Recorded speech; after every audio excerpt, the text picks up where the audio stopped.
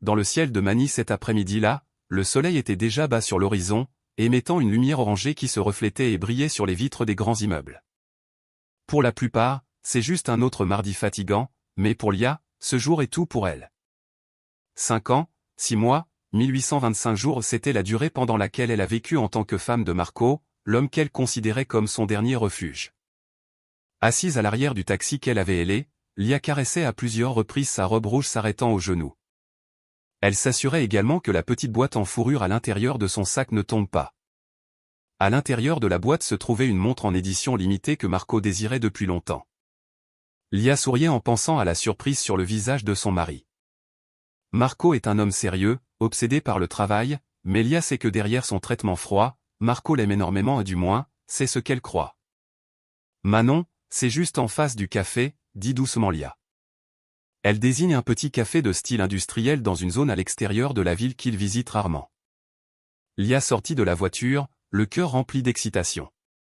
La raison pour laquelle elle était là était simple, elle voulait passer prendre Marco au bureau pour un dîner romantique qu'elle avait réservé dans un restaurant coûteux. Mais sur le chemin du bureau de Marco, elle passa devant cet endroit et quelque chose de très familier attira son attention. Un SUV noir avec la plaque d'immatriculation NDR 1985 était garé proprement dans un coin du parking presque désert du café. C'est la voiture de Marco. Elle se demanda ce qu'il faisait ici. N'avait-il pas dit qu'il avait une réunion importante avec un client au siège social? La curiosité commença à monter en elle, mais Lia écarta rapidement les pensées négatives. Peut-être que Marco rencontre un client à l'extérieur, ou peut-être commande-t-il quelque chose de spécial pour la surprendre. Lia sourit à cette pensée. Deux personnes essayant de se surprendre mutuellement, murmura-t-elle. Lia s'approcha de la voiture. Les environs étaient assez calmes, avec seulement quelques voitures garées au loin. Lia fouilla dans la poche de son sac et chercha le double des clés de la voiture de Marco qu'elle portait toujours sur elle. C'était une habitude de longue date de Marco depuis qu'il se plaignait de perdre souvent ses clés. Au lieu de frapper à la vitre ou d'appeler, une idée ludique lui vint à l'esprit. Comment? Et si elle rendait la surprise amusante? Lia pensa à se glisser furtivement dans la voiture, à se cacher sous le siège, et quand Marco monterait et démarrait le moteur, elle sortirait et crierait « Joyeux anniversaire !» Lentement, d'un geste prudent, Lia appuya sur le bouton de déverrouillage. Un léger clic se fit entendre, mais il était à peine audible par-dessus le bruit des voitures sur la route. Elle ouvrit légèrement la porte arrière et rampa à l'intérieur. L'intérieur de la voiture était imprégné de l'odeur du parfum préféré de Marco, le bois de santal, une odeur qui calme toujours Lia. Mais il y avait une autre légère odeur mélangée, une senteur sucrée et florale, comme un parfum de femme. Le visage de Lia se plissa légèrement. C'est peut-être un nouveau désodorisant pour voiture, essaya-t-elle de penser rationnellement. Lia tira quelques vestes de l'entreprise de Marco de la banquette arrière pour se couvrir. Elle s'accroupit sur le plancher juste derrière le siège du conducteur et ramena la pile de vestes et quelques petits oreillers sur son corps. Dans cette position, quiconque entrerait dans la voiture ne la verrait pas, à moins de vérifier délibérément sous le siège. Quelques minutes passèrent. Il commença à faire chaud et étroit à l'intérieur de la voiture, mais Lia ne bougea pas. Le cœur battant d'une excitation enfantine, elle imaginait dans son esprit le visage habituellement inexpressif de Marco paraissant choqué, puis s'ouvrant sur un large sourire. Lia avait préparé les mots doux pour commencer leur soirée romantique. Mais après 10 minutes, des pas s'approchèrent non pas d'une personne, mais de deux. Lia retint son souffle. Elle entendit le rire doux d'une femme, une voix qu'elle connaissait très bien, le rire qu'elle entendait souvent lorsqu'elle déjeunait ou faisait du shopping ensemble. Angela. Lia se figea.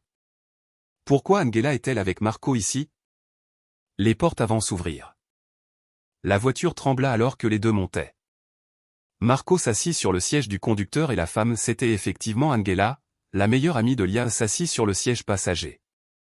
Il fait très chaud aujourd'hui, la voix d'Angela était pleine de coquetterie, très différente de son ton professionnel au bureau. Lia sentit sa poitrine se serrer. Elle essayait encore de penser positivement. Peut-être que leur réunion venait de se terminer, mais pourquoi Angela devait-elle monter dans la voiture de Marco? N'a-t-elle pas sa propre voiture pour aller au travail? Attends un peu, chérie. Je vais allumer la climatisation tout de suite, répondit Marco. Ce mot chérie frappa Lia comme un marteau brisant du verre. Le souffle de Lia se coupa dans sa gorge. C'était encore plus froid que l'air conditionné qui commençait à remplir la voiture. Tout son corps devint soudainement froid. C'est maintenant la boîte cadeau tremblait violemment sous la pile sombre de veste. Lia ferma les yeux, espérant qu'elle faisait juste un mauvais rêve. Quelle heure est-il? Ta sainte femme ne se douterait-elle de rien? Demanda Angela d'un ton moqueur. L'accent mis sur le mot sainte donna la nausée à Lia.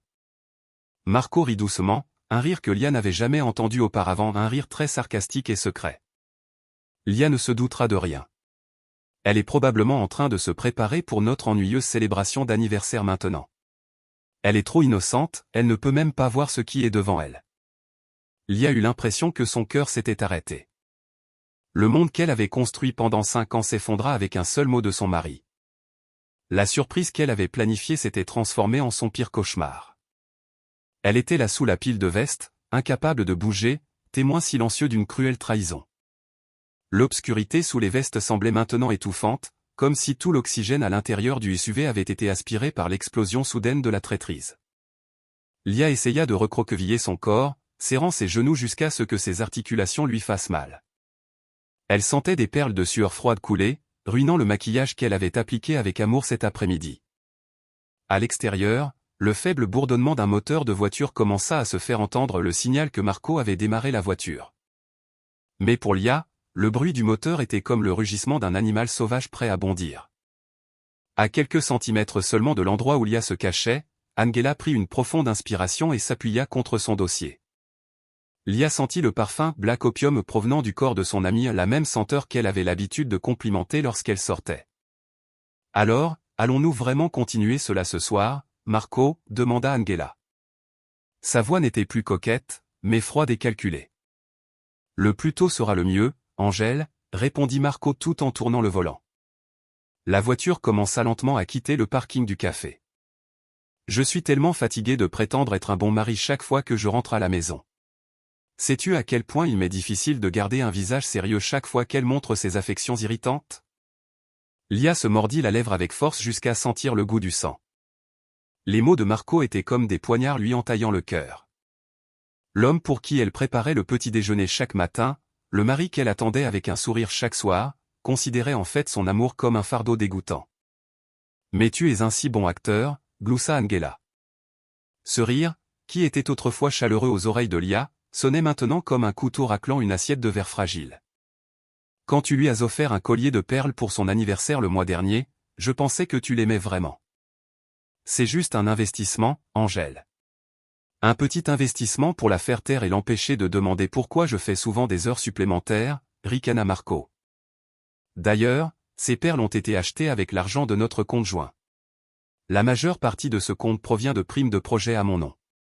Elle n'est qu'une gardienne de clés qui ne sait rien. » La voiture roulait maintenant sur la route. Lia sentait une légère secousse chaque fois que la voiture changeait de voie.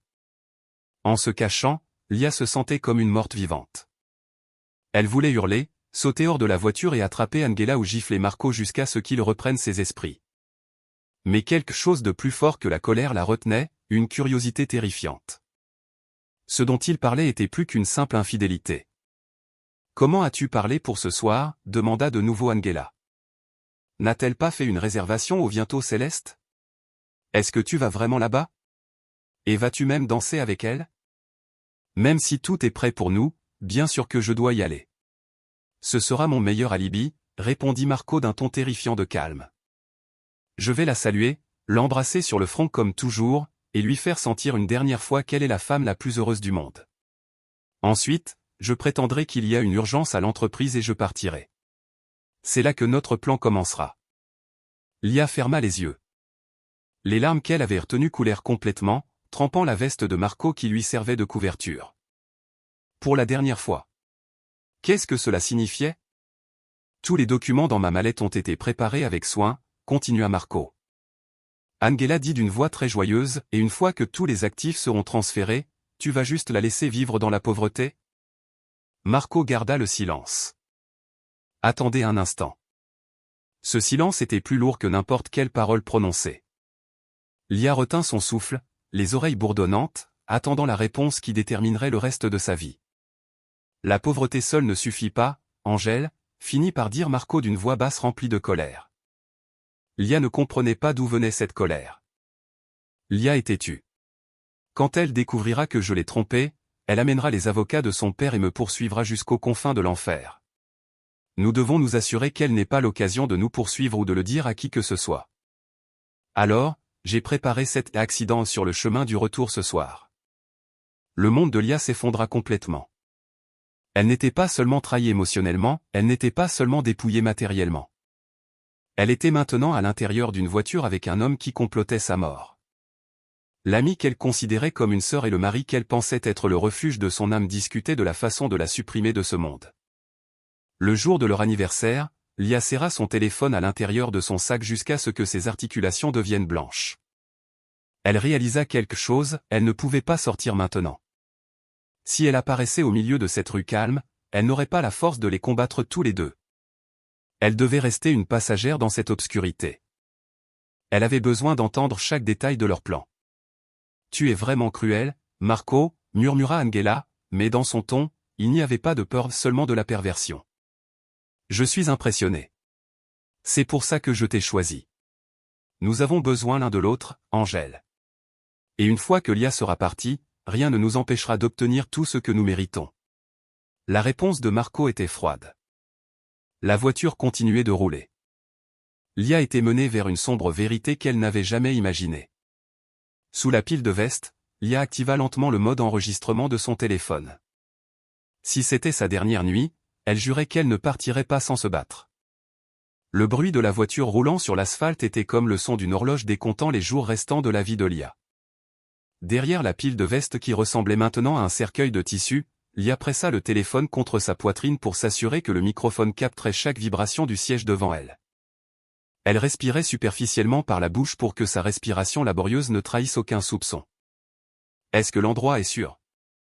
Angela rompit le silence. Après quelques minutes, elle sembla ouvrir ses lunettes. Le petit clic d'un poudrier qui s'ouvre se fit entendre. Marco toussa. Ce son, qui avait autrefois de l'autorité aux oreilles de Lia, sonnait maintenant comme un monstre.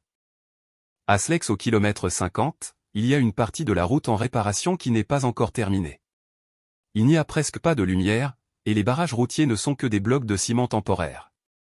J'ai déjà engagé quelqu'un pour conduire un vieux camion avec des freins défectueux. Il connaît le numéro de plaque de la voiture que Lia utilise quand elle est seule. Mais elle ne conduira pas seule ce soir, n'est-ce pas? Vas-tu passer la prendre au restaurant? Demanda Angela avec confusion. C'est exactement le but, expliqua Marco d'un ton terrifiant de calme, comme s'il présentait une stratégie marketing de bureau. Après le dîner, je prétendrai avoir un appel d'urgence de l'entreprise et je lui dirai de rentrer d'abord en taxi ou avec un véhicule que j'ai organisé. J'ai envoyé sa voiture chez le concessionnaire ce matin pour une vidange. Elle ne se méfierait pas si je disais que cette voiture était plus sûre. Lia ferma les yeux. Oui, ce matin Marco avait vraiment insisté pour emmener la voiture de Lia chez le concessionnaire. Il l'avait embrassée sur le front et avait dit « Ma chère épouse ne devrait avoir aucun ennui sur la route. » Maintenant, Lia sait que ce n'était pas une inquiétude, mais la préparation d'une exécution. Comment sont les documents? Es-tu sûr qu'elle signera sans lire? Demanda de nouveau Angela. Lia est le genre de personne qui regarde le monde à travers des lunettes roses, ricana Marco avec sarcasme. Je fourrai les documents de transfert d'actifs entre les papiers pour l'assurance éducation pour notre futur enfant dont elle a toujours rêvé ou un vœu d'amour. Sous les lumières tamisées d'un restaurant romantique, après avoir bu un peu de vin, elle s'agenouillerait de joie et signerait tout ce que je lui tendrais. Elle a toujours cru que j'étais son protecteur. En entendant parler du futur enfant, le cœur de Lia se sentit comme s'il était pressé par une main invisible. Il prévoyait de commencer un programme de grossesse le mois prochain. Les rêves que Lia avait construits, pleins d'espoir, n'étaient que des appâts utilisés par Marco pour la mener vers la fosse de la mort. « Tu es vraiment un démon, Marco. » « Je suis terrifié », Angela rit doucement. Ces mots exprimaient de la peur, mais son ton était plein d'enthousiasme. « Mais assure-toi que je fasse ma part. L'appartement à Singapour et les actions dans la société de son père doivent être transférées immédiatement après la période d'héritage. Je ne veux pas attendre longtemps. Bien sûr, Angèle. Tu étais derrière l'audit interne qui a fait chuter la position de son père. Sans toi, je ne serais pas capable de prendre le contrôle total de cette entreprise. Nous sommes une équipe parfaite. Lia n'est qu'un obstacle misérable que nous devons retirer pour pouvoir profiter des fruits de notre travail. Lia se mordit la main pour s'empêcher de crier. Son père. Cela fait 1 an maintenant qu'il a été accusé de corruption dans l'entreprise et que sa santé s'est détériorée. Ils l'ont fait aussi. Son père est mort déshonoré en pleine dépression, et tout cela était une conspiration fomentée par son mari et son ami. La profonde tristesse dans le cœur de Lia se transforma lentement en un feu ardent de colère. La peur qui la paralysait devint un instinct aigu de survie.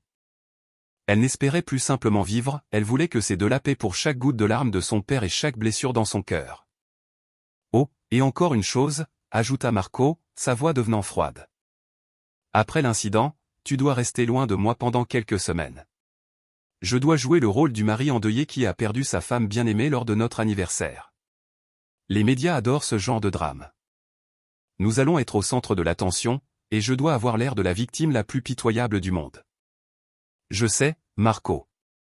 Je suis bonne actrice. Je serai la première à t'enlacer lors de l'enterrement. Oh non, je devrais peut-être enlacer ta photo si le cadavre n'est pas intact, répondit Angela d'un ton cruellement moqueur. La voiture accéléra soudainement. Lia sentit son cœur battre vite. Sont-ils déjà arrivés? Sera-t-elle en retard? Pourquoi t'es-tu arrêté? Demanda Angela. Feu rouge. Et je dois répondre à Lia. Elle a envoyé un message il y a 1 heure, demandant si j'allais au restaurant, ricana Marco. Lia se souvint qu'elle avait envoyé ce message avant de décider de monter dans cette voiture. Lia jeta un coup d'œil à travers l'ouverture de la veste et vit le léger reflet de la lumière du téléphone de Marco dans le rétroviseur. Elle pensa à ses doigts qui lui caressaient souvent les cheveux, tapant maintenant un mensonge mortel. Je dois répondre. Juste un instant, chérie. Je finis juste le travail. Je t'aime, Marco lut le message d'un ton sarcastique. Avant de l'envoyer, en bas sur le plancher sombre de la voiture, Lia sentit une vibration à l'intérieur de son sac. Son téléphone reçut ce message, « Je t'aime ». Les mots qui lui donnaient autrefois de la force étaient maintenant un poison mortel. Lia prit une profonde inspiration. Elle savait qu'il ne lui restait plus beaucoup de temps. Alors que la voiture approchait du restaurant ou de leur prochain point de rencontre, elle devait prendre une décision, rester cachée jusqu'à ce que Marco descende, ou trouver un moyen de s'échapper avant que le plan d'accident ne soit pleinement mis en œuvre. Mais en cherchant son sac à tâtons, elle toucha quelque chose de dur, sa clé de secours, une lourde bouteille de parfum, et un petit cutter pliant qu'elle utilise habituellement pour ouvrir les colis du bureau. Lia savait qu'elle n'avait pas la force de riposter physiquement, mais elle avait cet enregistrement à la vérité. Et surtout, elle avait encore l'élément de surprise. Marco et Angela ne savaient pas que leur victime était assise juste derrière eux. Chaque plan méprisable qu'ils tramaient pouvait être entendu. Allons-y, Marco. Le feu est vert, dit Angela. La voiture glissa de nouveau vers l'avant. Lia se prépara. La nouvelle phase de sa vie venait de commencer non pas en tant que femme faible, mais en tant qu'ange de la mort pour ceux qui ont ruiné sa vie. Le SUV continuait d'avancer dans les rues de plus en plus encombrées de manilles. Sur le siège arrière, Lia avait l'impression d'être à l'intérieur du ventre d'une baleine sombre et froide. Chaque mot prononcé par Marco et Angela était comme des clous enfoncés dans son cercueil. Mais cette douleur se transforma en une détermination inébranlable, elle ne pouvait pas mourir ici, pas entre leurs mains. Ce soir, as-tu appelé la personne pour confirmer si le camion est prêt? La voix d'Angela se fit entendre. Après quelques minutes de silence, une chanson d'amour agaçante passa à la radio. Oui, répondit brièvement Marco. Il attend à une aire de repos au kilomètre 39. Quand je signalerai à Lia de monter dans le véhicule de remplacement et d'entrer sur l'autoroute, il passera immédiatement à l'action. Tout ressemblera à un accident de voiture ordinaire à cause de freins défectueux. Il ne restera aucune trace de sabotage sur la voiture de Lia. Sur le plan technique, le véhicule qu'elle allait utiliser a été légèrement trafiqué cet après-midi, entraînant une défaillance mécanique soudaine. Lia trembla.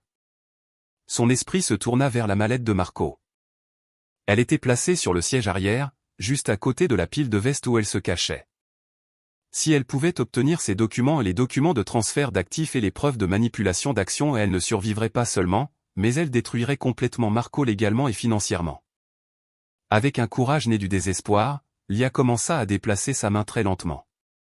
Comme si avancer d'un pouce prenait des heures, elle devait s'assurer que le tissu de la veste qui la couvrait ne bruissait pas trop. Heureusement, Marco avait monté sa musique à un volume modéré qui couvrait les petits bruits. Sa main sentit le bord, cherchant la couverture en cuir de la mallette de Marco. Elle la trouva. Lia sentit la fermeture éclair du sac. Lentement, elle la tira. Hac. Le son était trop fort à ses oreilles, mais Marco et Angela étaient occupés à rire et à parler de leur voyage prévu aux Maldives après l'héritage. Je veux un hôtel directement relié à la mer, Marco. Nous devons célébrer cette liberté avec fierté, dit Angela d'une voix douce. Tout ce que tu voudras. Une fois que nous aurons encaissé tout l'héritage, les Maldives ne seront qu'une piécette. Nous pouvons même y acheter une propriété si tu veux, fut la réponse arrogante de Marco. Lia réussit à ouvrir suffisamment le sac pour y glisser sa main. À l'intérieur, elle chercha à tâtons une pile de documents. Grâce à la faible lumière des lampadaires pénétrant les vitres teintées de la voiture, elle vit un dossier bleu. Sur la couverture était écrit « Droit de succession et transfert d'actifs du groupe Roxa ». L'entreprise de son père. Le cœur de Lia battait la chamade. Elle reprit son téléphone. Les mains tremblantes, elle alluma le flash du téléphone au réglage le plus faible, le couvrant de ses doigts pour que la lumière ne frappe pas l'avant, et commença à photographier chaque page des documents. Chaque clic de l'obturateur était comme un clou enfoncé dans la carrière de Marco. Mais soudain, la voiture s'arrêta. Peste! Automobiliste fou! Cria Marco en tournant brusquement le volant pour éviter une moto bloquant la route. Le corps de Lia bascula et heurta la porte de la voiture avec un bruit sourd. Le téléphone tomba de sa main et roula sous le siège avant. Quel est ce bruit? Demanda Marco. Ses yeux regardèrent immédiatement dans le rétroviseur. Lia se figea. Elle retint son souffle jusqu'à ce que sa poitrine lui semble brûlante. Elle ne pouvait pas bouger de sa position très inconfortable sur le plancher de la voiture. Peut-être que les affaires que tu as à l'arrière roulent, dit Angela tout en regardant légèrement en arrière. Tout ce qu'elle vit fut une pile de vestes en désordre. Marco regardait toujours dans le rétroviseur avec doute. Tu es juste nerveux à cause de ce grand plan, Marco, le calma Angela tout en lui caressant le bras. Concentre-toi sur la conduite. Nous sommes presque arrivés au restaurant. Tu dois afficher ton visage de mari le plus aimant. D'accord, Marco prit une profonde inspiration. Il se regarda dans le miroir et ajusta le col de sa chemise. Tu as raison. Ce n'est qu'après ce dîner que tout sera fini. La voiture repartit. Lia rampa lentement pour ramasser le téléphone tombé. En tâtonnant sous le siège du conducteur, elle toucha quelque chose de froid et métallique. Ce n'était pas le téléphone.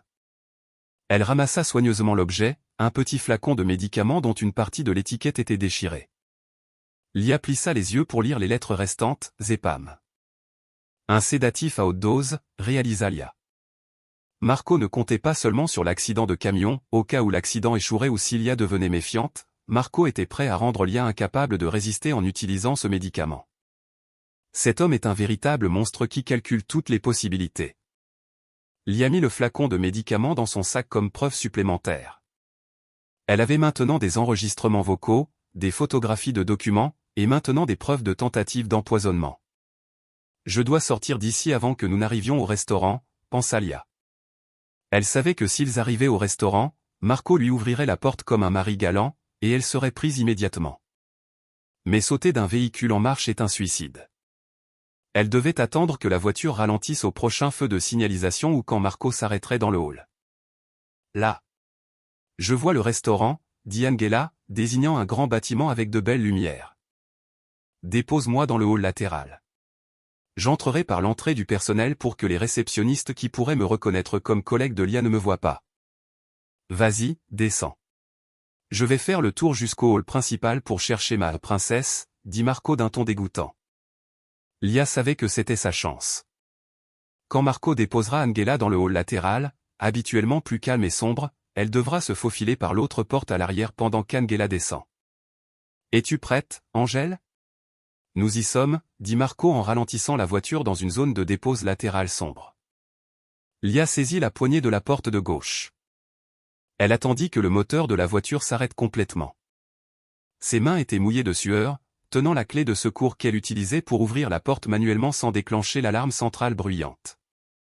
1, 2. La voiture s'arrêta. Angela ouvrit la porte avant et sortit. À tout à l'heure à la fête. À sa fête funéraire, chérie, murmura Angela avant de fermer la porte. Au même moment, Lia tira lentement le levier de la porte arrière. Elle rampa hors de la pile de vestes pendant que Marco regardait Angela entrer dans le bâtiment en utilisant le rétroviseur droit. Elle glissa sur l'asphalte froid.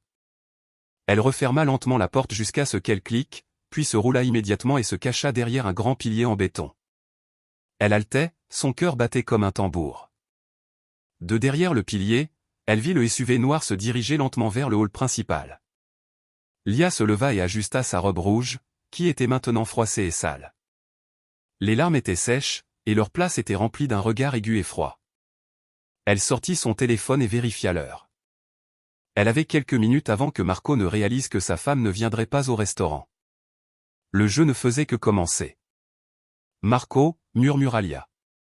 Elle n'ira pas d'abord au poste de police. Elle fera quelque chose d'encore plus destructeur pour l'homme qui vénère tant la célébrité et la richesse. Lia se tenait droite derrière le pilier en béton froid. Sa poitrine se soulevait au rythme de sa respiration. Au loin, les feux arrière du SUV noir disparurent au coin d'une rue. Vers le hall principal, elle pouvait maintenant courir et demander de l'aide à un agent de sécurité ou appeler la police. Mais la colère bouillonnant dans ses veines exigeait plus qu'une simple protection, elle voulait une justice complète. Elle fouilla dans son sac et vérifia son téléphone. Le fichier d'enregistrement vocal était en sécurité, et les images des documents de transfert d'actifs étaient sauvegardés dans le stockage cloud. Le flacon de tranquillisant était dans sa paume. Lia fixa le gratte-ciel devant elle avec un regard qui pourrait geler le feu. Marco voulait l'emmener au restaurant pour leur dernier dîner. D'accord. Il aura droit à un festin qu'il n'oubliera jamais. Lia appela immédiatement un numéro, pas un policier, mais son cousin, Kuya Theo, un ancien enquêteur privé qui travaille maintenant dans un cabinet d'avocats puissant. Frère, j'ai besoin de ton aide tout de suite. Ne demande pas pourquoi, mais s'il te plaît, localise ma voiture que Marco a prise ce matin. La plaque est Manila 34 à 1204. Et s'il te plaît, envoie quelqu'un pour me suivre à une distance sûre. Je suis dans le hall latéral de l'hôtel Grand Dynasty. Lia, pourquoi as-tu cette voix? Es-tu en danger? La voix inquiète de Théo se fit entendre à l'autre bout du fil. Je vais t'envoyer un enregistrement. Écoute ça attentivement, frère. Si je ne te recontactais pas d'ici 2 heures, apporte cet enregistrement à la police et assure-toi que Marco et sa secrétaire, Angela, pourrissent en prison. Mais pour l'instant, laisse-moi continuer ce drame. Après l'appel, Lia émergea de l'obscurité du parking. Elle se rendit dans des toilettes publiques près du hall latéral. Elle se lava et répara son maquillage ruiné. Elle se regarda dans le miroir. La femme dans le miroir n'était plus l'épouse faible et innocente, son regard était tranchant, sa mâchoire ferme. Elle portait une écharpe pour couvrir les taches de poussière sur sa robe. Lia marcha avec confiance vers le hall principal. Et comme prévu, elle vit le SUV de Marco garé dans la zone de dépose. Marco se tenait là, l'air ennuyé en regardant sa montre. Quand leurs regards se croisèrent, Marco changea immédiatement d'expression pour arborer le sourire chaleureux que Lia admirait tant auparavant. « Lia, chérie. Où étais-tu? J'allais t'appeler. Je pensais que tu n'étais pas encore arrivé, dit Marco en s'approchant, prêt à l'enlacer. Lia ressentit une vive nausée alors que Marco passait ses bras autour de ses épaules, mais elle essaya de ne pas se dérober. Elle répondit à ce sourire par un faux amour de sa part. « Désolé, chérie. Le taxi dans lequel j'étais a eu un peu de circulation, alors je suis descendu juste devant et j'ai marché un peu pour accélérer les choses. Je suis juste allé aux toilettes un instant pour me rafraîchir. » Oh, c'est vrai? Tu es magnifique ce soir. Notre anniversaire devrait être parfait, loua Marco. Il ouvrit la porte de la voiture pour Lia. Monte à bord. Le restaurant nous attend. Lia monta sur le siège passager, le siège même où Angela était assise il y a quelques minutes. Elle pouvait encore sentir le parfum Black Opium de son ami qui était resté là. Marco monta sur le siège du conducteur, ignorant que sa femme venait de sortir de la banquette arrière du même véhicule. Marco, appela Lia juste au moment où son mari s'apprêtait à démarrer la voiture. Oui, chérie. Est-ce que tu m'aimes vraiment? Demanda Lia en regardant droit devant elle. Marco fut légèrement étourdi, mais il rit doucement et prit la main de Lia. Bien sûr, pourquoi as-tu demandé cela? Tu es ma vie, Lia. Je ne suis rien sans toi. C'est vrai. Tu n'es rien sans la fortune de mon père, pensa amèrement Lia. Je veux juste être sûr parce que ce soir semble différent. La voiture monta vers le parking privé du restaurant au dernier étage. Tout au long du trajet, Marco essaya de détendre l'atmosphère en parlant de leur projet d'avenir, de la nouvelle maison qu'il voulait acheter, des vacances promises. Lia écoutait avec le cœur battant. Chaque mot qui sortait de la bouche de Marco était un clou supplémentaire enfoncé dans sa trahison. Lorsqu'ils arrivèrent au restaurant Marangiang, l'ambiance était très romantique. Leur table se trouvait dans un coin avec une vue sur l'horizon de Manille. De petites bougies étaient allumées et un violoniste jouait leur chanson préférée. « J'ai préparé quelque chose pour toi, dit Marco. Après avoir commandé à manger, il sortit un élégant dossier en cuir de sa mallette, la mallette même que Lia avait fouillée plus tôt. C'est un plan d'assurance permanent pour l'éducation de notre future famille. Je veux que nous signions cela ensemble ce soir comme symbole de notre engagement envers l'avenir. Lia prit le dossier. Sous la lueur tamisée des bougies, elle regarda les papiers.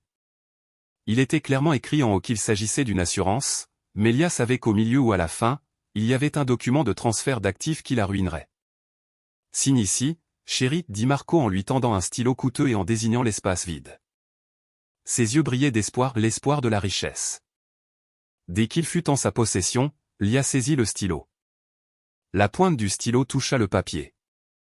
Elle regarda Marco, qui semblait retenir son souffle. Tu sais, Marco, j'ai aussi une surprise pour toi, dit soudainement Lia en retirant le stylo avant même que l'encre ne touche le papier. Une surprise? Qu'est-ce que c'est? Demanda Marco. Il y avait une pointe d'impatience dans sa voix, mais il essayait de rester calme. Lia sortit son téléphone et le posa sur la table juste à côté de la bougie.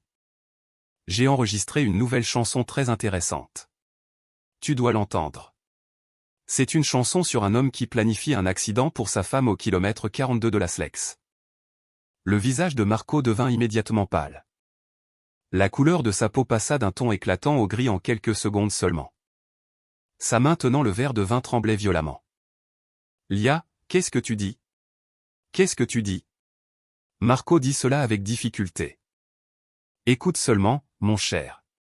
Tu as dit que j'étais innocente, n'est-ce pas? Lia appuya sur le bouton de lecture. La propre voix de Marco résonna à travers le haut-parleur du téléphone, à la Slex kilomètre 42. Tout allait ressembler à un accident de voiture ordinaire dû à des freins cassés. L'ambiance romantique du restaurant fut soudainement ruinée. En arrière-plan, le violon continuait de jouer, mais pour Marco, le son sortant du téléphone était comme un glas funèbre. De l'autre côté de la table, Lia le regardait avec le sourire le plus froid du monde. Pendant ce temps, sous la table, les mains de Lia tapaient un message à Théo, maintenant, attrapez-le. Un silence assourdissant s'installa entre eux, brisant l'atmosphère autrefois chaleureuse du restaurant. La voix de Marco provenant de l'enregistrement téléphonique continuait de remplir le petit espace de leur table d'angle. Marco se raidit. Sa main tenant le verre de vin se figea dans les airs. Il fixait le téléphone de Lia comme s'il s'agissait d'une bombe à retardement qui allait exploser pour le reste de sa vie. Il n'était qu'un gardien de clé qui ne savait rien, la voix de Marco dans l'enregistrement était si arrogante. C'était si différent de l'homme qui transpirait froidement devant Lia maintenant. Lia croisa les bras sur la table, regardant son mari avec un calme mortel. Ta voix est belle dans cet enregistrement, Marco. Elle est plus claire que je ne le pensais. Il semble que l'acoustique de l'arrière de ta voiture soit bonne pour enregistrer l'infidélité. Marco déglutit difficilement. Sa pomme d'Adam monta et descendit, et ses yeux commencèrent à errer nerveusement dans le restaurant comme s'il cherchait Angela ou une sortie. Lia, ce n'est pas ce que tu as entendu. C'était juste une blague. Angela et moi faisions juste un pari à propos d'un scénario de film. Oui, un scénario de film pour un nouveau projet publicitaire.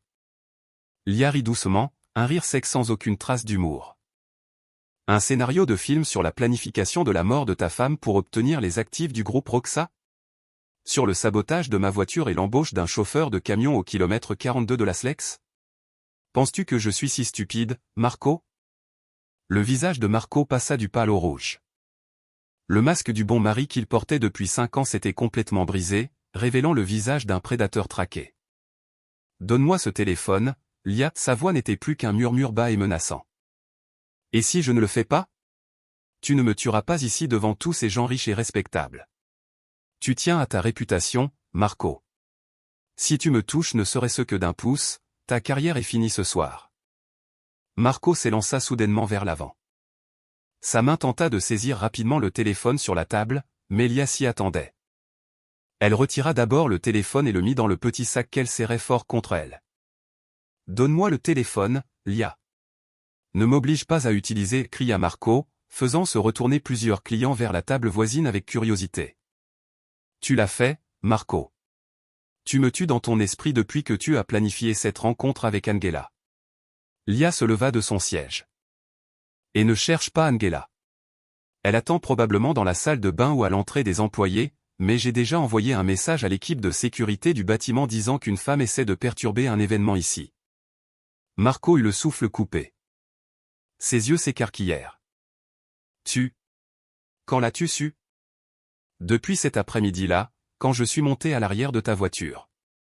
J'allais te faire une surprise pour notre anniversaire, Marco. Mais j'en suis ressorti en recevant la plus grande surprise de ma vie. » Lia prit le faux dossier d'assurance que Marco lui avait donné et le déchira en deux devant le visage de son mari. « J'ai déjà photographié les vrais documents dans ta mallette. J'ai aussi des preuves du virement bancaire à ce chauffeur de camion. J'ai tout. » Soudain, le téléphone vibra sur la table, le téléphone de Marco.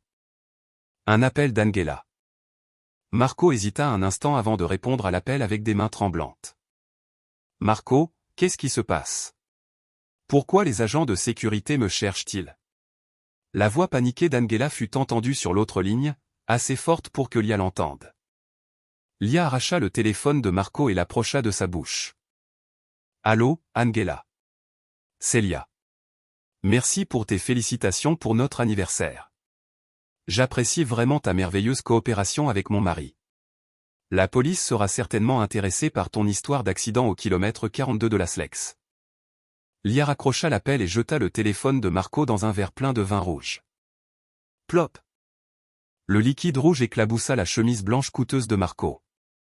Cela laissa une tache qui ressemblait à du sang. « Qu'est-ce que tu veux ?» demanda Marco d'une voix rauque. Il avait l'air vaincu, mais Lia savait que cet homme avait encore des griffes acérées. « Je ne veux rien de toi, Marco, parce qu'à partir de ce moment, tu ne m'appartiens plus. » Lia prit son sac. « Tous les comptes au nom de mon père que tu gères ont été gelés par une instruction d'urgence de l'avocat de la famille il y a 10 minutes. Tu ne peux plus payer ce chauffeur de camion. Tu ne peux plus payer tes avocats. Tu ne pourras peut-être même pas payer ce dîner. » Marco se leva et essaya de saisir le bras de Lia, mais soudain deux hommes corpulents en costume sombre apparurent derrière Lia, les personnes envoyées par Théo. « Y a-t-il un problème, madame ?» demanda l'un des hommes d'un ton ferme, le regard fixé sur Marco. Lia sourit légèrement. Lia se tourna et quitta le restaurant. Le bruit de ses talons résonnait fermement sur le sol en marbre. Elle ne se retourna pas même si elle entendit Marco appeler son nom d'une voix désespérée. Lorsqu'elle sortit du hall, l'air froid de la nuit de Manille frappa son visage. Lia inhala autant d'air qu'elle le pouvait. C'était comme si elle venait d'émerger de plusieurs années de noyade. Mais elle savait que ce n'était pas encore fini. Elle avait un autre endroit où aller avant que cette nuit ne se termine, l'endroit même où l'accident était censé avoir eu lieu. Elle devait s'assurer qu'il n'y avait plus de victimes de la folie de Marco et d'Angela. Lia monta dans la voiture que Théo avait préparée pour elle. « Au kilomètre 42 de la Slex, s'il vous plaît, » ordonna TL au chauffeur. « Nous avons un dernier spectacle à arrêter. » La berline argentée envoyée par Théo fonçait à travers l'obscurité de la Slex. Sur le siège arrière, Lia se tenait droite, les yeux fixant le vide des lampadaires qui passaient rapidement comme les cendres des souvenirs de Marco qui avaient été complètement brûlés. À côté d'elle se trouvait une tablette montrant un point GPS en mouvement à la position de la voiture originale de Lia, conduite par un chauffeur de remplacement sur les ordres de Marco vers le lieu d'exécution. « À quelle distance est le kilomètre 42 ?» demanda Lia. Sa voix sonnait étrangère à ses propres oreilles froides et sans émotion. Environ 10 minutes de plus, gînant Lia. L'équipe de Monsieur Théo est positionnée 2 kilomètres derrière la cible, répondit calmement le chauffeur corpulent. Lia ouvrit son téléphone. Il y avait 12 appels manqués d'Angela et de numéros inconnus qui étaient probablement des collègues de Marco qui paniquaient. Elle ignora tout. Son attention était maintenant portée sur un seul endroit, le site de construction où sa mort était prévue. Sous son nom, ils passèrent le kilomètre 39. Lia vit les panneaux de signalisation s'estomper sous les lampes au mercure. Le trafic sur la route commença à diminuer. De gros camions lourdement chargés rampaient sur la voie de gauche avec un bruit de moteur lourd et menaçant. Lia pensa que dans l'un de ces camions, quelqu'un était payé pour la percuter. Les voilà, murmura le chauffeur en désignant l'avant. Au loin, Lia vit sa voiture personnelle, une Mini Cooper bleue qu'elle aimait tant, roulant à une vitesse constante sur la voie centrale. À l'intérieur, ce n'était pas Lia, mais un expert de Théo, muni d'un casque et de protection. Marco ne savait pas que l'appât avait été remplacé. Soudain, venant d'une aire de repos sombre, un vieux camion porte-conteneurs vide glissa sur l'autoroute.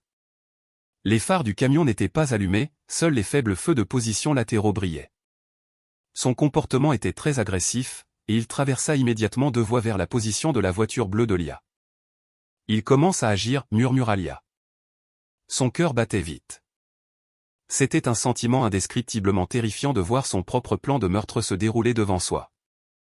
Le camion commença à coller à la voiture bleue de Lia. Devant se trouvait une zone de travaux où les voies se rétrécissaient. Des blocs de béton bordaient le côté droit, créant un passage mortellement étroit. Si la voiture restait coincée entre le camion et le béton, il n'y avait aucune chance de survivre. « Madame, nous devons les pousser, » dit le chauffeur de Lia en appuyant sur l'accélérateur. Le véhicule de Lia accéléra, dépassant par la gauche et faisant plusieurs appels de phare en direction du côté conducteur du camion. Un long coup de klaxon brisa le silence de la nuit sur l'autoroute. Lia vit la surprise du chauffeur du camion. Il regarda en direction de la voiture de Lia, qui roulait maintenant à ses côtés, et sembla hésitant. Lia baissa la vitre. Un vent violent frappa son visage, mais elle n'en avait cure. Elle voulait que le chauffeur la voie.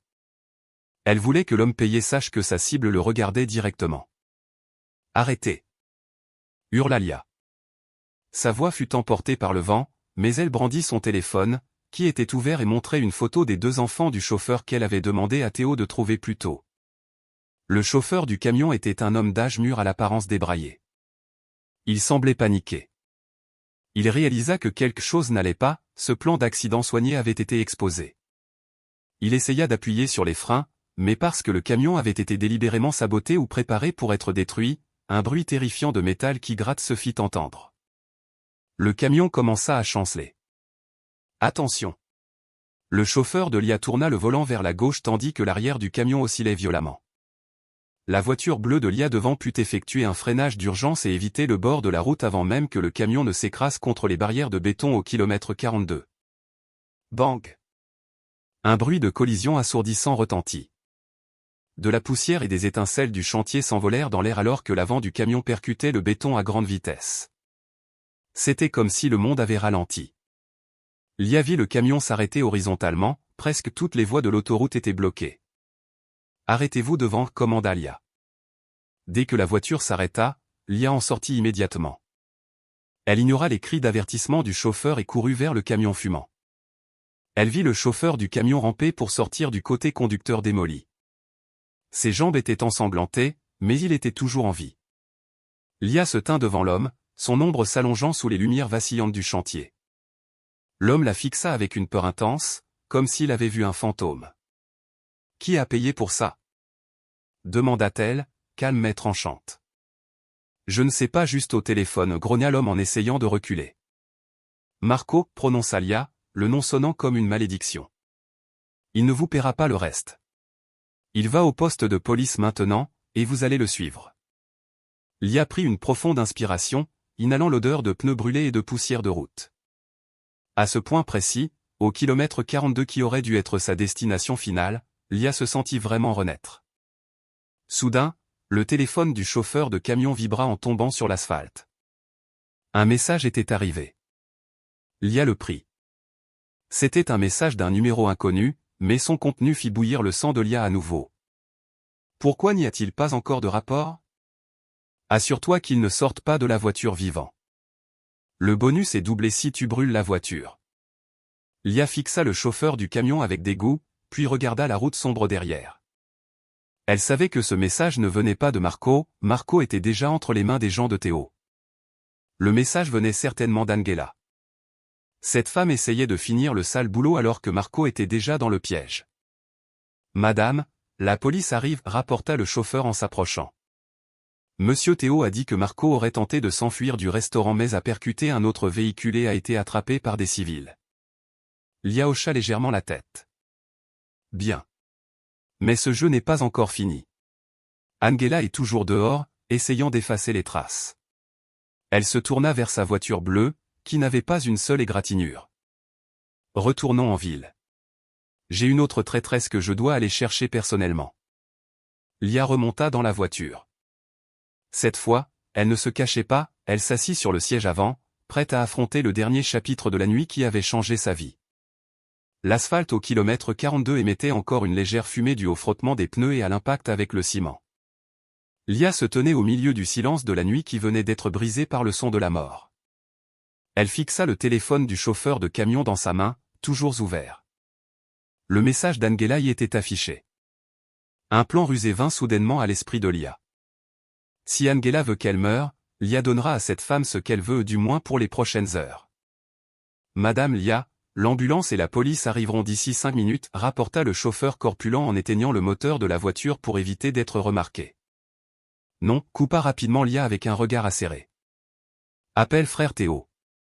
Dis-lui d'ordonner à l'informateur qui conduisait ma voiture bleue de quitter la zone immédiatement. Laissez juste la voiture là à côté du camion en panne. Éteignez toutes les lumières. Mais, madame, faites-le simplement. Et encore une chose, s'il te plaît, demande à Kuya Théo de répandre la nouvelle via son réseau qu'il y a eu un accident tragique au kilomètre 42 impliquant une Mini Cooper bleue qui a été gravement brûlée. Dis que la victime ne peut pas être identifiée. Lia voulait voir à quel point Angela serait courageuse quand elle penserait que son objectif avait été atteint. Elle voulait voir quel masque de tristesse son ami porterait en public. Après 10 minutes, la scène sur le site de construction était installée. L'équipe de Théo agit rapidement, habile dans la manipulation de l'information. Ils aspergèrent un peu d'essence autour de la zone de collision pour créer une forte odeur de feu, mais ils ne brûlèrent pas réellement la voiture. Lia elle-même était maintenant cachée à l'intérieur d'une berline argentée garée loin dans l'obscurité du site de construction, protégée par une pile de gros tuyaux en béton. De loin, elle vit une berline blanche s'approcher lentement. Ce n'était pas une voiture de police. La voiture s'arrêta à environ 50 mètres de la zone du camion. Une femme en sortit précipitamment. Même de loin, Lia reconnut la silhouette, Angela. Angela ne s'approcha pas assez. Elle se tint derrière l'ombre d'un grand arbre sur le côté de l'autoroute et regarda alors que plusieurs ouvriers de construction commençaient à se rassembler autour de l'accident. Lia utilisa une petite paire de jumelles provenant de la boîte à gants de la voiture pour regarder le visage de son ami. Pas de larmes, pas d'expression de peur, seulement un léger sourire apparut lentement sur les lèvres d'Angela. La femme sortit son téléphone et sembla prendre une photo de loin, puis remonta rapidement dans sa voiture et fit une embardée pour revenir sur la voie d'urgence, un acte audacieux qui montrait son désespoir de sortir de là immédiatement. J'ai vu, murmura Lia. Elle pense que je suis déjà morte. Où allons-nous maintenant, madame? À l'appartement secret d'Angela. Je sais qu'elle a une unité à BGC dont Marco n'est pas au courant. Elle m'en a souvent parlé, elle disait que c'était un endroit pour se détendre. Maintenant, son monde est sur le point de s'effondrer. Sur le chemin du retour vers la ville, Lia ouvrit les réseaux sociaux. Et comme prévu, la nouvelle de l'accident au kilomètre 42 commença à se répandre sur les comptes d'information de Manille. Le travail de Théo était très bon. Lia ouvrit le chat de groupe de l'entreprise, qui était calme car il était tard. Soudain, un message d'Angela apparut dans le groupe. Tout le monde, s'il vous plaît, priez pour Lia. Je viens d'apprendre la nouvelle d'un tragique accident sur l'autoroute. J'essaie d'appeler Monsieur Marco, mais il ne répond pas. Je tremble maintenant. Lia faillit jeter son téléphone de dégoût. Frissonnante. Tremblante de joie, peut-être, murmura Lia. La voiture arriva devant un immeuble de condominium luxueux à BGC. Parce qu'elles étaient si proches qu'elles partageaient autrefois leur code d'accès, Lia put entrer dans le hall sans éveiller de soupçon grâce à l'accès qu'Angela lui avait donné auparavant. Elle portait une veste à capuche et un masque facial, marchant courbée en passant devant la réception. Lia attendit dans l'obscurité du couloir au 12e étage, juste à côté de la porte de l'unité 115. Peu de temps après, le bruit de l'ascenseur arrivant se fit entendre. Angela sortit d'un pas vif, il semblait même qu'elle fredonnait une petite chanson. Elle fouilla dans son sac pour trouver sa carte d'accès. Clic. La porte s'ouvrit. Angela entra et s'apprêtait à allumer la lumière quand une main puissante venant de derrière la poussa. Une raison pour lui de tomber sur le sol du salon sombre. « Qu'est-ce que c'est ? Qui es-tu » a crié Angela, paniquée. Lia est entrée et a doucement fermé la porte. Elle n'a pas allumé la lumière principale, elle a seulement allumé une petite lampe décorative dans le coin de la pièce, qui diffusait une faible lueur jaune. Lia a lentement retiré son masque. Angela s'est retournée. Ses yeux se sont agrandis et son visage est instantanément devenu encore plus blanc que le mur derrière lui. Il a essayé de ramper à reculons, haletant comme s'il avait vu un démon revenir de l'enfer. « Lia, c'est impossible. Tu es mort. J'ai vu que ta voiture avait été forcée » a crié Angela de manière hystérique. Lia s'est approchée. Chaque son de ses chaussures frappant le sol de marbre résonnait comme une condamnation à mort. Il s'est incliné devant Angela, tremblant violemment. « Es-tu déçue, Angela ? Je suis désolé si j'ai gâché ta fête de célébration, a dit Lia d'un ton très doux mais mortel. La voiture a été détruite, mais malheureusement, je n'étais pas à l'intérieur. J'étais derrière toi, à l'arrière de la voiture de Marco, écoutant chaque plan dégoûtant que tu lui chuchotais à l'oreille. Angela a secoué la tête comme une folle. Non, a dit Marco. Tu ne sais rien. Tu es stupide, Lia. Tu devrais être morte. Une gifle magistrale de Lia a frappé la joue d'Angela, faisant instantanément taire la femme. L'une est pour ta trahison en tant qu'amie, et l'autre est pour chaque centime de l'argent de mon père que tu as essayé de voler. Lia a sorti une tablette et a diffusé l'enregistrement vocal de cet après-midi, quand Angela et Marco étaient dans la voiture. La voix d'Angela, riant tout en se moquant de Lia, a rempli l'espace luxueux. La police possède déjà cet enregistrement, Angela. Et j'ai une mauvaise nouvelle, Marco a été arrêté et il a eu si peur qu'il a commencé à te rejeter la faute pour tout. Il a dit que tu avais planifié ce meurtre parce que tu étais la personne de contact du chauffeur du camion. Menteur.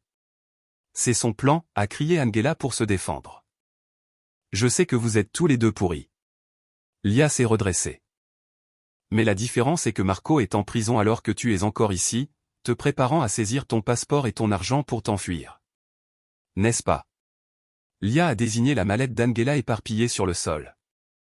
Tu ne peux aller nulle part, Angela. La police t'attend devant cette porte. Mais avant qu'il ne t'emmène, souviens-toi de ceci, j'ai tout récupéré. Cet appartement, les actions que tu as manipulées, tout est revenu à mon nom. Une heure s'est écoulée. Lia s'est dirigée vers la porte. Angela a été laissée en train de pleurer de manière hystérique sur le sol. Avant de partir, Lia s'est légèrement retournée. Dors bien, Angela. J'espère que tu aimeras ton nouvel uniforme. Après cette longue nuit, un matin gris s'est levé dans le ciel de Manille. Lia se tenait debout, regardant par la grande baille vitrée au 25e étage du siège du groupe Roxa. Elle n'avait pas dormi une seule seconde. Ses yeux paraissaient fatigués, mais un feu brûlait en eux une détermination qu'elle n'avait jamais ressentie auparavant. Sur son grand bureau, soigneusement empilé, se trouvaient divers documents juridiques, des preuves d'enregistrement et une lettre de gel des avoirs signés par les autorités financières. Madame, tous les directeurs se sont réunis dans la salle de conférence principale. La voix de Théo a rompu le silence. Marco est toujours au poste de police. Il continue d'essayer de contacter des avocats, mais personne n'a voulu se manifester après avoir appris que les preuves incluaient une tentative de meurtre. Lia a légèrement hoché la tête. Angela. L'interrogateur s'attend à ce qu'il ait commencé à parler. Il révèle tous les détails sur la façon dont Marco a manipulé les rapports financiers de l'entreprise au cours des 3 dernières années pour transférer des fonds vers des comptes offshore. Il essaie d'obtenir une peine réduite en utilisant ces informations, mais la police a des preuves qu'il a contacté l'exécuteur au kilomètre 42.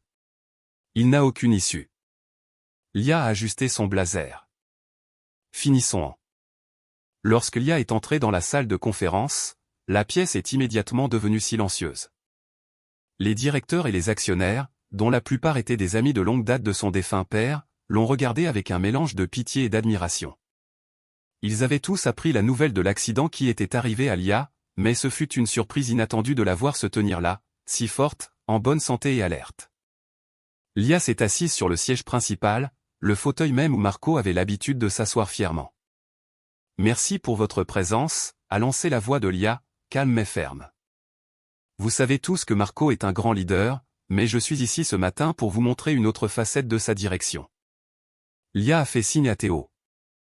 Le projecteur a été allumé. Sur le grand écran devant eux, un flux complexe de fonds s'est affiché. Pendant 3 ans, Marco a systématiquement volé les fonds. Il a créé des sociétés fictives et a manipulé la valeur des actions de l'entreprise. Le point culminant a été sa tentative de s'emparer de tout l'héritage de mon père en falsifiant ma signature sur les documents de transfert de droits. Plusieurs directeurs ont chuchoté, sous le choc. Lia a diffusé la partie la plus critique de l'enregistrement vocal, le moment où Marco et Angela rient de la stupidité du conseil d'administration qu'ils peuvent tromper. Ce n'est pas seulement un problème personnel entre moi et mon mari, a continué Lia. C'est une attaque contre l'intégrité de l'entreprise que mon père a bâtie à la sueur de son front et par ses larmes. Ce n'est pas seulement moi qui ai été trahi par Marco et Angela, mais vous tous. Lia a sorti un nouveau document. J'ai utilisé mon droit de veto en tant qu'actionnaire majoritaire. À partir de 8 heures aujourd'hui, Marco a été officiellement démis de ses fonctions de PDG. Toutes ses parts dans cette société ont été confisquées conformément à une clause de l'accord de loyauté qu'il a signé lors de notre mariage, une clause qu'il pensait ne jamais utiliser. C'était le rebondissement que Marco n'avait pas réalisé. Le père de Lia, un homme d'affaires avisé, avait préparé un contrat de mariage très strict. Il stipule que s'il y a un acte d'infidélité ou un crime qui nuit à un conjoint, la propriété de tous les biens acquis pendant le mariage reviendra à la partie lésée. Marco était trop arrogant pour lire les petits caractères, il pensait que Lia l'aimait trop pour jamais le poursuivre en justice. Soudain, la porte de la salle de conférence s'est ouverte.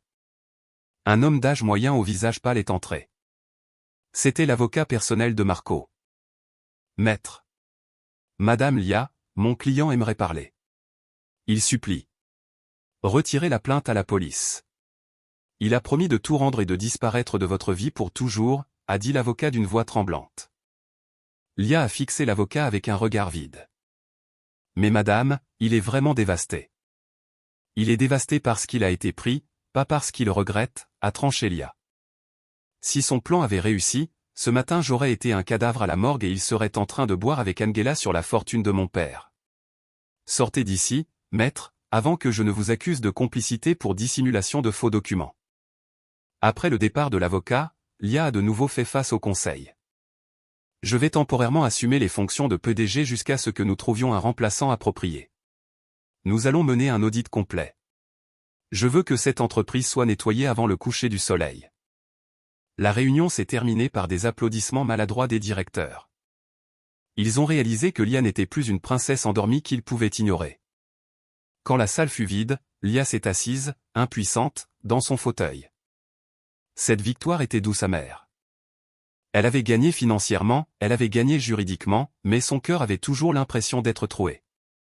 Elle a regardé la photo de mariage d'elle et de Marco qui était encore posée dans un coin du bureau. Les mains tremblantes, elle a pris la photo. Le sourire de Marco était si sincère. Lia s'est demandé à quel moment ce sourire s'était transformé en un masque de mort. Puis elle a retourné le cadre et l'a jeté au sol, le brisant en 1000 morceaux. Lia. Théo s'est approché lentement. Est-ce que ça va? Lia a pris une grande inspiration, effaçant le « peut-être ». C'était la dernière larme qu'elle verserait pour Marco. Mieux que bien, mon frère. Je suis libre. Elle a pris son sac et est sortie de la pièce qui était auparavant pleine de mensonges. Elle avait encore un dernier chapitre à terminer. Elle voulait voir Marco une dernière fois non pas comme un mari en deuil, mais comme un juge dans sa vie ruinée. Le sol carrelé du poste de police était froid et dégageait une forte odeur de désinfectant. Lia a marché dans un couloir sombre. Le son des clés du gardien résonnait sur les murs de ciment. Chaque pas qu'elle faisait était léger mais lourd de sens. Elle ne portait plus la robe rouge pleine de souvenirs amers, elle portait maintenant un costume blazer noir élégant, symbole de son pouvoir et de sa liberté retrouvée. 5 minutes, Madame Lia, a dit le policier d'un ton poli. Il a ouvert la porte en fer d'un parloir étroit séparé par une épaisse vitre et un petit trou pour la voix. Lia s'est assise sur une chaise en plastique dur. De l'autre côté de la vitre, un homme menotté est entré. Il ne ressemblait plus à l'élégant Marco avec ses vêtements sur mesure et ses cheveux bien soignés. L'homme devant elle portait un gilet de prisonnier orange frappant. Son visage était émacié, une barbe fine poussait de manière désordonnée sur sa mâchoire, et ses yeux étaient rouges par le manque de sommeil. En voyant Lia, Marco a immédiatement pressé ses mains contre la vitre. « Lia, chérie, aide-moi. Tu sais que tout cela est un malentendu, a-t-il dit. Angela a tout planifié. Elle m'a fait peur. Elle a dit qu'elle ruinerait ma carrière si je ne la suivais pas. » Lia l'a simplement fixé avec un regard vide. Pas de colère. Pas de rage explosive. Tout ce qui restait était de l'insensibilité. C'était comme si elle regardait un insecte sur lequel on avait marché. Arrête de jouer la comédie, Marco. J'ai tout entendu depuis l'arrière de ta voiture, tu te souviens. La voix de Lia était très claire dans l'interphone. J'ai entendu ta voix rire alors que tu me traitais d'innocente. J'ai entendu la façon dont tu détaillais l'accident au kilomètre 42. Tu ne peux pas blâmer Angela pour cela parce que tu es le metteur en scène. Marco s'est tué et ses épaules se sont affaissées. Le masque de panique est lentement tombé, révélant la véritable forme froide et rusée qu'il cachait depuis si longtemps. Il a retiré ses mains de la vitre et s'est adossé à sa chaise. Il a laissé échapper un petit rire horrible à entendre. Alors tu as gagné, hein, a chuchoté Marco. Ma gentille petite femme a des ongles acérés. Tu dois être fière de toi en ce moment. Tu es assise dans le fauteuil du PDG pendant que ton mari pourrit ici. Je ne suis pas fier, Marco. Je suis juste déçu, a répondu Lia calmement. Je suis déçu d'être tombée amoureuse de l'ombre d'un homme qui n'a jamais vraiment existé. L'homme que j'aimais était un protecteur, pas un prédateur qui visait la vie de sa femme pour une pile d'actions. L'amour est une absurdité, a crié Marco. La table a été frappée, la faisant résonner. Ce monde est une question de pouvoir, Lia. Ton père m'a traité comme un chien pendant de nombreuses années. J'ai dirigé l'entreprise. C'est moi qui ai transpiré. Mais tu as reçu tous les éloges à cause de ton nom de famille. Je mérite toute cette richesse. Tu mérites une punition, l'a coupé Lia. Je ne suis pas venu ici pour écouter tes plaintes. Je suis venu ici pour te donner ceci. Lia a collé un morceau de papier contre la vitre. Ce sont les papiers du divorce que j'ai déjà signés. 6 juin, une décision de justice concernant la confiscation de tous les biens de Marco en raison d'activités criminelles. J'ai effacé ton nom de chaque aspect de ma vie. Tu ne possèdes plus rien maintenant. Pas de maison, pas d'économie, pas même un ami pour payer ta caution.